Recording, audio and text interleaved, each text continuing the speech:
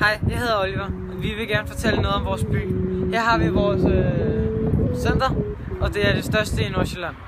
Lad os tage en tur ind og kigge på det.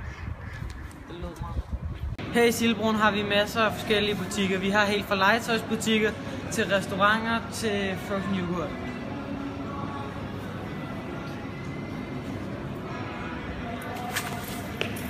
Der er mange shoppingmuligheder her i Silbroen. Du kan for eksempel købe det helt nyeste tøj, de nyeste telefoner, der er masser af dagligvarer.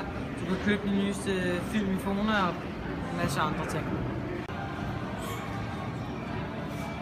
Så er vi her på første sal, hvor vi har vores dejlige kebabhouse, og så har vi en masse tøjbutikker rundt på. Har vi Sportsmaster, det er vores dejlige sportsbutik, hvor du kan få det meste sportsudstyr, og der er altid venlige medarbejdere, og det er bare generelt til alle jer, der elsker sport. Og det her, det var lidt om vores center. Tak for nu. Jeg hedder Jan, og det her er en biograf i Frederikssund, og så kan vi nærmere på det. Det er vores biograf, og som I kan se, så er der en ny film. Der er for eksempel Skarpens Datter, og der er Engine 2, som også er en yndlingsfilm. Så I kan komme i en lille hyggetur, og så er der også 10% rabat i en restaurant, der ligger i Silbroen, der hedder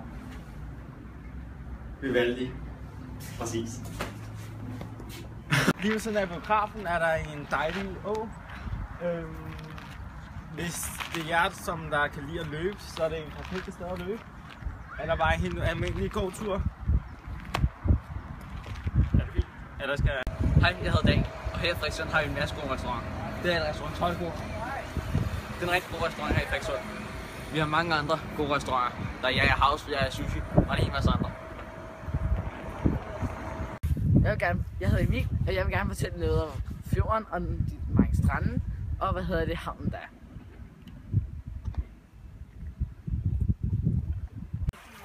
Her er så en af de vidunderlige strande, der er i Frederikssund. Der findes mange af dem.